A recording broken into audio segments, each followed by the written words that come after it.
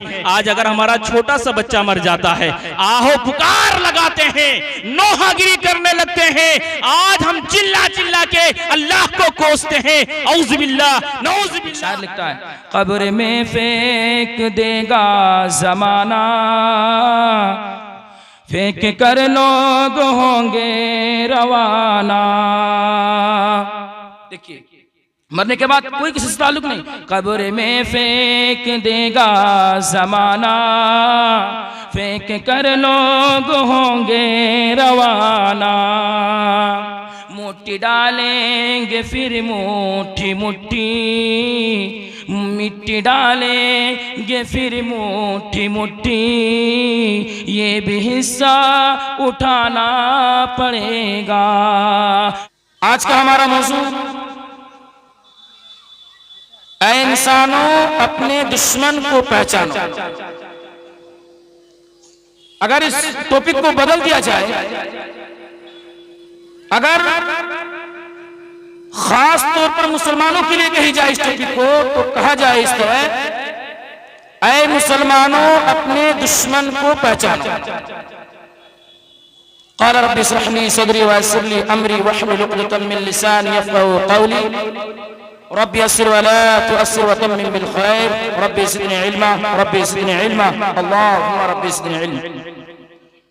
मुहतरम सामीन हज़रात, किसी इंसान से ये बात ढकी छुपी नहीं कि शैतान इंसान का अज़ली दुश्मन है। किसी से छुपी नहीं ये बात।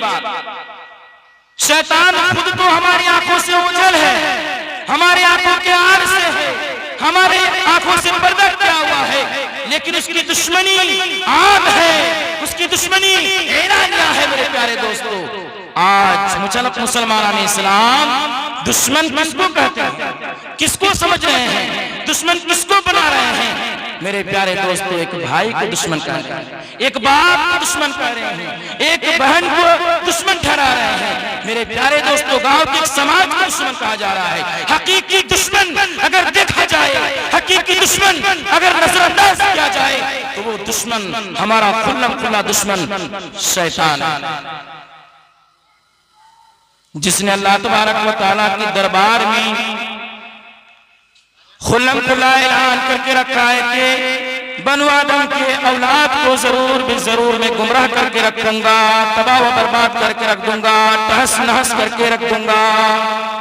अल्लाह तबारक व तआला कह रहा है, इला यौमिल वक्तिल मालूम, जिसका वक्त मुझे मालूम है।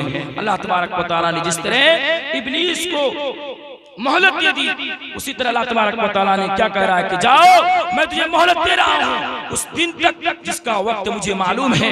मैं जानता हूँ वो दिन कब आएगा, वो क़यामत का दिन होगा मेरे प्यारे दोस्तों। और अल्लाह तबारक व तआला ने उसे मोहलत दे भी दी। देने का मतलब ये नहीं कि हम उसी की पैरवी करेंगे, देने का मतलब ये नहीं कि हम उसी के साथ चलेंगे, देने का मतलब ये नहीं कि हम उसी के पैरोकार बन जाएं। मेरे प्यारे दोस्तों, अल्लाह तबारक व तआला कह रहा है कि मैं उसे मोहलत दिया हूं, लेकिन ये भी कुरान मुकद्दस के अंदर कहा हूं कि शैतान तुम्हारा दुश्मन है, गोया कि तुम भी उसे दुश्मन ही तसव्वुर करो, दोस्त ना बना। अल्लाह तबारक व तआला का फरमान, इन्ना शैतान लकुम अदुव्वुन फत्तखिज़ू अदुव्वा। अल्लाह तबारक व तआला कह रहा है, ऐ लोगों सुन लो, अल्लाह तबारक व तआला क्या कह रहा है, ऐ लोगों बेशक शैतान तुम्हारा दुश्मन है, लिहाजा तुम भी उसे दुश्मन ही तसव्वुर करो। क्यों कहा अल्लाह तबारक व तआला ने, इन्नमा यदऊ हिज़्बहु लियकूनु मिन अस्हाबिस सईर। अल्लाह तबारक व तआला कह रहा है कि शैतान अपने पैरोकारों को इसलिए बुलाता है, शैतान अपने नक्श कदम पर चलने वाले को इसलिए माइल करता है ताकि वो जहन्नमी बन जाए, ताकि वो जहन्नम के ईंधन बन जाए, ताकि वो जहन्नम के आगोश में आ जाए। इसलिए वो बुलाता है अपने पैरोकारों को। आज हम किसको वोट दे रहे हैं? आज हम शैतान को वोट दे रहे हैं। कल पता चलेगा हमारी वोट कहाँ जा रही है, कहाँ गिर रही है हमारी। इन्ना शैतान यजरी मिन इब्न आदम मजरद दम। अल्लाह के प्यारे हबीब सल्लल्लाहु अलैहि वसल्लम कह रहे हैं, यकीनन शैतान इंसान के जिस्मों में इंसान के जिस्मों के अंदर जो रगे हैं, जो नसें हैं, उस नसे के अंदर जो खून दौड़ रहा है, ठीक इसी तरह शैतान भी इंसान के रगों में दौड़ता रहता है। खून के मानिंद वो दौड़ता है, खून के मानिंद। मेरे प्यारे, उससे कैसे बचेंगे? उससे बचेंगे सिर्फ और सिर्फ अल्लाह रब्बुल आलमीन की रस्सी, अल्लाह रब्बुल आलमीन की रस्सी को थामेंगे तभी हम उससे बच पाएंगे, वरना हम कभी भी उससे बच नहीं पाएंगे। मेरे प्यारे दोस्तों, आज मुसलमान इस्लाम सोच रहे हैं कि हम अपनी मर्जी के मुताबिक जिंदगी गुजारेंगे। हाँ, ये बात नहीं है। अल्लाह तबारक व तआला आपको जाने नहीं दे रहा है। क्यों? क्योंकि आपने शैतान का पीछा ले लिया है, आपने शैतान को अपना दोस्त बना लिया है। इसलिए तो अल्लाह तबारक व तआला ईशा की नमाज में आपकी हाजिरी नहीं करवाई, क्योंकि आपने यकीनी तौर पर अल्लाह तबारक व तआला को नहीं रखा। एक और हदीस पर नजर दौड़ाते हैं कि हजरत जाबिर रज़ियल्लाहु तआला अन्हु बयान करते हैं कि नबी करीम सल्लल्लाहु अलैहि वसल्लम ने इरशाद फरमाया, शैतान अपना अर्श पानी पर रखता है, शैतान अपना अर्श पानी पर रखता है और सारे फौजों को, सारे गिरोह को, सारे जमातों को इधर उधर भेज देता है, इधर उधर भेज देता है, जाओ काम करो, भगाओ लोगों को। मेरे प्यारे दोस्तों, जिस तरह एक कंपनी के अंदर एक मालिक रहता है, अपने कामों, अपने लेबरों को, अपने लोगों को, अपने काम करने वाले लोगों क्या करते हैं, जाओ तुम काम करो, जाओ ये काम करो, इसी तरह इब्लीस भी अपने शैतान को इधर उधर भेज देता है। गोया कि एक शैतान आता है और क्या कहता है, आज मैंने फला फला काम किया, आज मैंने फला फला काम किया।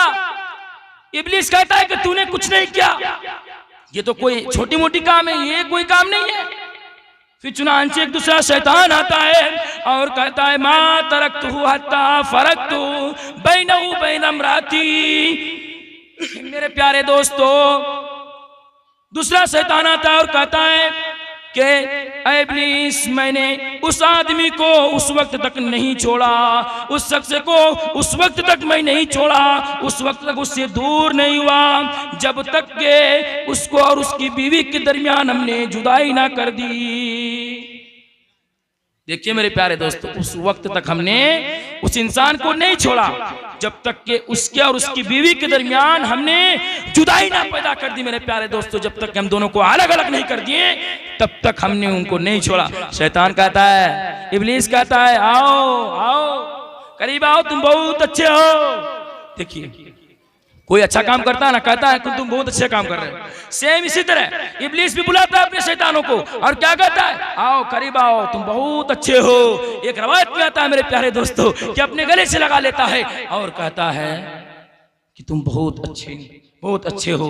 मेरे प्यारे दोस्तों, सोचने का मकाम है कि इंसान को बहकाने के लिए क्या किया अल्लाह तबारक व तआला ने दुनिया के अंदर तरह तरह के लोगों को, शैतान ने अपने जाल में फंसाने के लिए इंसान को क्या किया, तरह तरह से लोगों को अपने तरफ, लोगों को फैला दिया, अपने गिरोह को फैला दिया ताकि लोगों को बहकाए, ताकि लोगों को बर्बाद करे। मेरे प्यारे दोस्तों, जिस तरीके से हमारे बाप, हमारी माँ हजरत हव्वा अलैहिस्सलाम को जन्नत से निकलवाया था, शैतान क्या जानते हैं, बहुत बड़ा फितना है। शैतान बहुत बड़ा फितना है मेरे प्यारे दोस्तों। और शैतान सबसे पहले जो अपने शिकंजे में लाता है, अपने जाल में फंसाता है, वो कौन लोग होते हैं? नौजवान लोग। नौजवानों को फंसाता है, नौजवानों को शराब के आदी बनाता है, नौजवानों को जुए के खेल में फंसाता है, नौजवानों को जिना की तरफ ले जाता है। कौन? सबसे पहले शैतान नौजवानों को पकड़ रहा है। क्यों? नौजवान दीन के वकार होते हैं, नौजवान दीन के एक रहबर होते हैं, नौजवान दीन के किले होते हैं, इसलिए वो उनकी चाल से कोई बचने वाला नहीं, वो से वही बंदा बच सकता है। मेरे प्यारे दोस्तों, अब मैं नौजवानों की तरफ दौड़ रहा हूँ, नौजवानों को चंद बातें सुना रहा हूँ, सुनो। शैतान की जाल से बचना है तो सुनो। शैतान सबसे पहले नौजवानों को बिगाड़ना शुरू कर देता है। मेरे प्यारे दोस्तों, आज हम मुसलमान ऐसे हो चुके हैं, खासतौर पर नौजवान, कि अपनी जिंदगी को अल्लाह तबारक व तआला ने एक इंसान की जिंदगी को तीन तरह में, तीन किस्मों में तकसीम कर दिया है। अल्लाह तबारक व तआला फरमा रहा है, अल्लाहुल्लज़ी खलक़कुम मिन ज़ूफ़िन, अल्लाह वो है जिसने तुम्हें कमजोर में पैदा किया, कमजोरी में बनाया। फिर अल्लाह तबारक व तआला कह रहा है, सुम्मा जअल मिन बादि ज़ूफ़िन क़ुव्वा, फिर अल्लाह तबारक व तआला कह रहा है कि कमजोर के बाद हमने तुम्हें ताकत दी, हमने तुम्हें खट्टा खट्टा इंसान बनाया। सुम्मा जअल मिन बादि क़ुव्वतिन ज़ूफ़न व शैबा, फिर अल्लाह तबारक व तआला कह रहा है कि हमने ताकत के बाद फिर तुम्हें कमजोरी में लाया। मेरे प्यारे दोस्तों, अगर इंसान से सवाल किया जाए, इंसान से अगर सवाल किया जाए कि अल्लाह तबारक व तआला ने क्या किया, पहले हमें कमजोर बनाया, फिर ताकतवर बनाया, फिर कमजोर, वजह क्या है? अल्लाह तबारक व तआला कह रहा है, मैं तुम्हें बचपन की जिंदगी दी, मैंने तुम्हें बचपन की जिंदगी जो दी उसकी पकड़ कहां तक है? 10 साल से शुरू हो रही है। अकलमंदी आ जाती है, जब इंसान बालिग हो जाता है तो उसकी पकड़ वहां से शुरुआत हो जाती है, वहीं से उनकी जायजा लिया जाएगा मेरे प्यारे दोस्तों। लेकिन अल्लाह तबारक व तआला कह रहा है कि ऐ लोगों सुनो, मैंने जो तुम्हारी जिंदगी को 3 तरह में तकसीम कर दिया है, इनमें से अगर किसी एक अंधे इंसान से भी पूछा जाए कि इन 3 तरह की जिंदगी में सबसे बेहतर जिंदगी कौन सी जिंदगी है, तो एक बहरा भी कहेगा मेरे प्यारे दोस्तों को जवानी की जिंदगी है, जिसकी दलील अल्लाह के रसूल सल्लल्लाहु अलैहि वसल्लम क्या कह रहे हैं? सबअतुन युज़िल्लुहुमुल्लाहु फी ज़िल्लिही यौमा ला ज़िल्ला इल्ला ज़िल्लुहु। इतनी बड़ी अहमियत थी मेरे प्यारे दोस्तों, खास तौर पर जवानी की, बुढ़ापे की बात नहीं आई है। और लोग क्या करते हैं, जब 40 साल के हो जाते हैं, 50 साल के हो जाते हैं, तब कहते हैं कि यही जिंदगी इबादत की है ना। नहीं, इसके बारे में कुरान के अंदर नहीं आया है। जवानी के बारे में अल्लाह तबारक व तआला भी लाया कुरान के अंदर, और हदीस के अंदर भी बात को दोहराई गई मेरे प्यारे दोस्तों। सबअतुन युज़िल्लुहुमुल्लाहु फी ज़िल्लिही यौमा ला ज़िल्ला इल्ला ज़िल्लुहु व शाबुन नशा फी इबादतिल्लाह, वो नौजवान जिसकी नशोनुमा अल्लाह रब्बुल आलमीन के इबादत के साथ। मेरे प्यारे दोस्तों, सोचने का मकाम है, फिक्र करने की जगह है कि आज नौजवानान इस्लाम इतने गिर गए हैं मेरे प्यारे दोस्तों, को क्या बयां करें। बचना है बचो, जिंदगी कुछ दिन की है मेरे प्यारे दोस्तों, समझ जाइए इस दुनिया के अंदर से हमें जाना होगा। एक 2-3 मैं लफ्ज़ अशार के साथ बयां कर रहा हूँ कि इंसान को दुनिया से जाने के बाद, मतलब जब वो दुनिया से गुजर जाता है, उनकी मौत हो जाती है, तो क्या देखिए, एक शायर लिखता है, कब्र में फेंक देगा जमाना, फेंक कर लोग होंगे रवाना। देखिए, मरने के बाद कोई किसी से ताल्लुक नहीं, कब्र में फेंक देगा जमाना, फेंक कर लोग होंगे रवाना। मुट्ठी डालेंगे फिर मुट्ठी मुट्ठी, मिट्टी डालेंगे फिर मुट्ठी मुट्ठी, ये भी हिस्सा उठाना पड़ेगा। नौजवानों, मैं आप लोगों से कह रहा हूँ कि अपने ईमान को ताज़ा कर लो। नौजवानों, असहाबे कहफ की तरफ बन जाओ। मेरे नौजवानों, एक दीन के वकार बन जाओ। काबे की रब की कसम, ये जवानी तुम्हारी कल क़यामत के दिन हूरों के सामने रख दी जाएगी। तुम्हारी जवानी हूरों के सामने पेश कर दी जाएगी। वो 70 हूरें आपको दे दी जाएगी। अगर आपने अपनी जवानी की बात अल्लाह रब्बुल आलमीन की बारगाह में इबादतें गुजार कर जिंदगी पार कर दिए हो, तो तुम्हें काबे की रब की कसम खाकर कहता हूं कि तुम्हारी हूरें 70 लाइन लगा दी जाएगी। ईमान का तकाजा, ईमान का जो मजा है, मिठा है मेरे पे, मिठास अभी नहीं, कल क़यामत के दिन पता चलेगा। अल्लाह रब्बुल आलमीन कह रहा है, रुबमा यवद्दुल लज़ीना कफ़रू लौ कानू मुस्लिमीन। ऐ नौजवानों, आज तुम अपने ईमान को नहीं समझ रहे हो, आज तुम्हें ईमान पता नहीं चल रहा है। ऐ मुसलमान इस्लाम, अपने ईमान को सही तरीके से समझ नहीं रहे हो, ईमान को तुम लुटा रहे हो। सुनो, आज नहीं कल क़यामत के दिन ये ईमान हमें इतनी हर चीजों से बचाएगी, ये ईमान हमें इतनी काम आएगी मेरे प्यारे दोस्तों। अल्लाह तबारक व तआला कह रहा है, रुबमा यवद्दुल लज़ीना कफ़रू लौ कानू मुस्लिमीन। जब कल क़यामत के दिन काफिरों को और जन्नतियों को, जहन्नमियों को अलग अलग कर दिए जाएंगे। यवद्दुल लज़ीना कफ़रू लौ कानू मुस्लिमीन। जब जन्नती को जन्नत की तरफ ले जाएंगे, जहन्नमी को जहन्नम की तरफ ले जाएंगे, मेरे प्यारे दोस्तों, काफिर अफसोस करके कहेगा, रोते कहेगा, लौ कानू मुस्लिमीन, ऐ काश हम ईमान वाले होते, ऐ काश फजीलतुल शेख जनाब मौलाना अब्दुल गफ्फार साहब सलफी तशरीफ ला चुके हैं। जोरदार नारे से उनका इस्तकबाल कीजिए। नारे तकबीर, ताली नहीं, नारे तकबीर।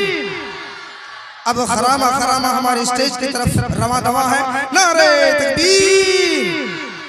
जो चौक में चौराहे में यहाँ वहाँ बिखरे हुए हैं लोग इंतजार में हैं। आपसे मेरी गुजारिश है कि आपके इंतजार की घड़ी अब खत्म हो चुकी है। अब मौलाना मौसूफ तशरीफ ला चुके हैं। अब आपसे मेरी गुजारिश होगी, अपने दुकानों को अब छोड़िए, अपने मकानों को छोड़िए, कारोबार को छोड़िए, जरूरत को छोड़िए और यहाँ आकर इत्मीनान और सुकून के साथ बैठकर मौलाना मौसूफ की जो पंदो नसाए हैं उसको आप समाअत फरमाएं। तो मेरे प्यारे दोस्तों, कहने का मकाम है, फिक्र करने की जगह है कि हम ईमान को किस तरह बेचे जा रहे हैं, हम ईमान को किस तरह खा रहे हैं। मेरे प्यारे दोस्तों, अल्लाह तबारक व तआला कह रहा है रुबमा यवद्दुल्लज़ीना कफ़रू लौ कानू मुस्लिमीन, जब काफिरों को और जन्नती लोगों को और जहन्नमी लोगों को जब अलग अलग कर दिए जाएंगे, काफिर रोते हुए कहेंगे लौ कानू मुस्लिमीन, ऐ परवरदिगार आलम अगर हम मुसलमान होते, अगर हम मुसलमान होते तो आज हमें जन्नतियों के साथ जन्नत की तरफ ले जाए जाते। मेरे प्यारे दोस्तों, आज हम नहीं समझ रहे हैं कि ईमान का तकाजा क्या है, ईमान का मजा क्या है। मेरे प्यारे दोस्तों, कल क़यामत के दिन हमें ये ईमान का तकाजा मिठास हमें मालूम होगा। हमारे सामने बहुत ही शोला बयां खतीब समाअत फरमा है।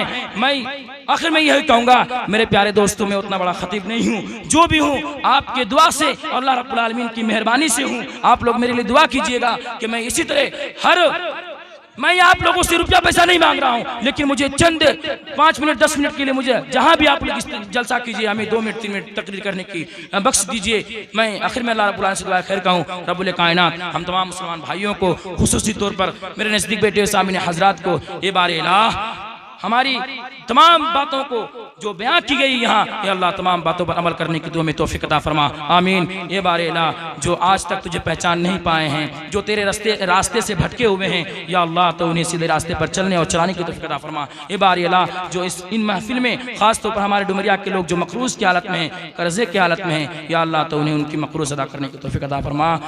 और आखिरी दुआ अल्लाह रब्बुल आलमीन की मैं ये कह रहा हूँ, ये रब्बुल कायनात जो बीमार में मुलविस हैं, जो बीमार में शामिल हैं, बड़ी से बड़ी बीमारी या छोटी से छोटी बीमारी हो, या अल्लाह तो उन्हें शिफाए कामिला व आजिला अता फरमा, आमीन। व मा अलैना इल्लल बलागुल मुबीन। वस्सलामु अलैकुम व रहमतुल्लाहि व बरकातुहू।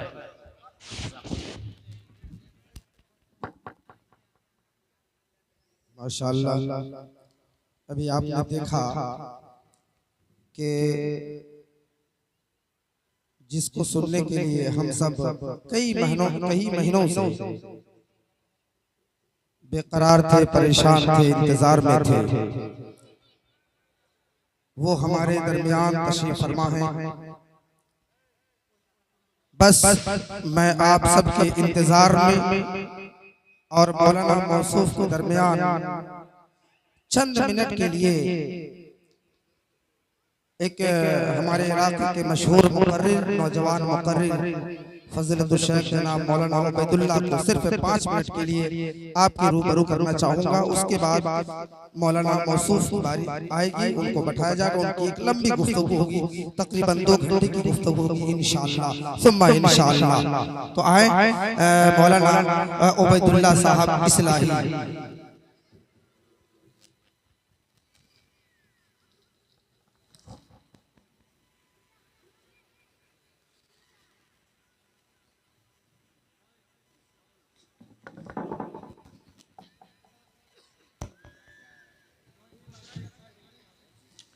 अस्सलामु अलैकुम व रहमतुल्लाहि व बरकातुहू। हामिदन व मुसल्लियन अम्मा बाद, अऊज़ु बिल्लाहि मिनश शैतानिर रजीम, बिस्मिल्लाहिर रहमानिर रहीम।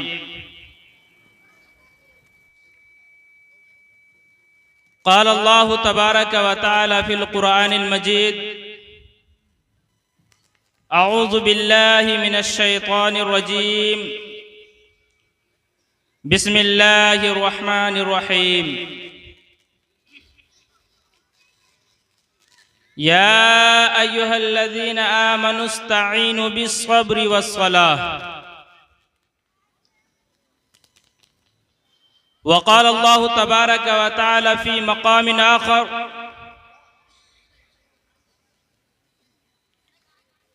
इन्नल्लाह ला यहदी मन हुवा काज़िबुन कफ़्फ़ार।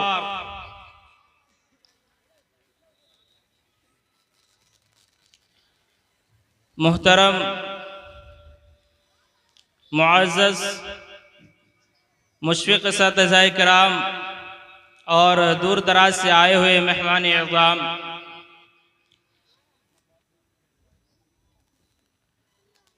आज के इस इजलास आम में मुख्तसर वक्त दिया गया है। अल्लाह रब्बुल आलमीन से दुआ है कि इस मुख्तसर वक्त में जो भी बातें रखी जाएंगी अल्लाह ताला हम सब को अमल पैरा होने की तौफीक की इनायत फरमाए।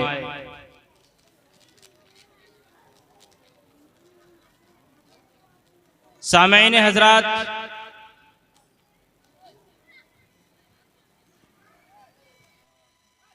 अल्लाह रब्बुल आलमीन सूरा बक़रा के अंदर इरशाद फरमाया, या अय्युहल्लज़ीना आमनुस्तईनु बिस्सब्रि वस्सलाह। आज हम जानते हैं कि नमाज क्या है और ईमान वालों के लिए ये नमाज किस कदर की अहमियत रखती है। आज मुख्तसर तौर पर ये मैं बताते चलूं आपको कि सब्र ये भी एक ईमान का अस्ल है। हम जानते हैं कि वो मुसलमान नहीं हो सकता जिसके पास ईमान नहीं है। मेरे भाइयों, इसी तरह आप ये भी समझ लें कि जिस शख्स के अंदर सब्र नहीं है वो भी मुकम्मल मोमिन मुसलमान नहीं हो सकता है,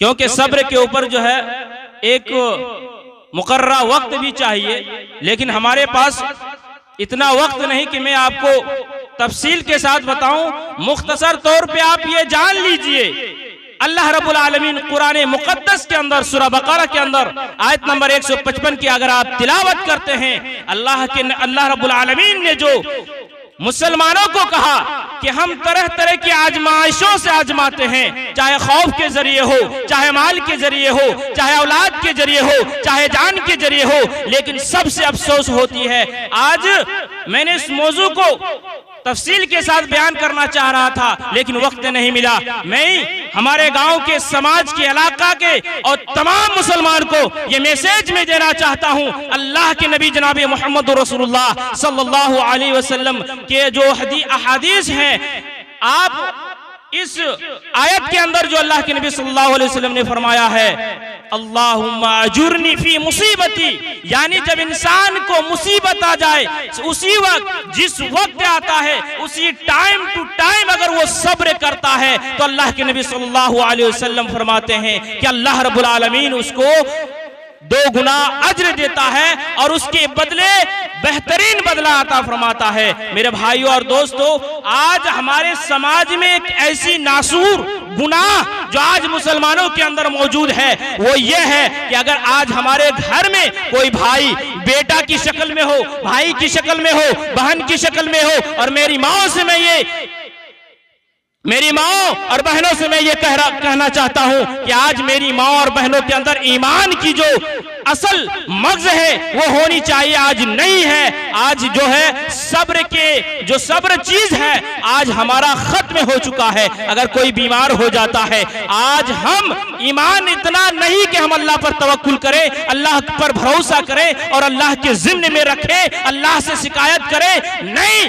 आज हम कहाँ जा रहे हैं? काहिन के पास जा रहे हैं, काहिनों के पास जा रहे हैं, हाथ दिखा रहे हैं। अगर कोई काहिन आ जाता है, आज हमारे समाज में कुछ दिन पहले एक ऐसा शख्स आ गया, कहने लगे लोग अगर किसी शख्स को देख लेता है तो उनका नाम पता भी बता देता है। इससे पहले जो घटना हो चुका उस घटने की भी तफसील वो बता देता है। आज हमारी माओ और हमारी माएँ बहनें हुजूम आ गई, उनकी हुजूम आ गई वहां पे, और उन्होंने अपनी शिकायतें उनके पास दर्ज कर रही हैं। मेरे भाइयों, अल्लाह रब्बुल आलमीन फरमा रहा है कि ईमान वालों को आजमाया जाता है। अल्लाह के नबी सल्लल्लाहु अलैहि वसल्लम की एक हदीस है कि एक शख्स अल्लाह के नबी सल्लल्लाहु अलैहि वसल्लम के पास आए। गौर कीजिएगा, नबी के पास आते हैं और अल्लाह के नबी को कहते हैं, ए नबी, मुझे तो कभी बीमारी और तकलीफ हमें महसूस नहीं हुई। अल्लाह के नबी ने धुतकारा और कहा कि तुम मोमिन हो ही नहीं सकते।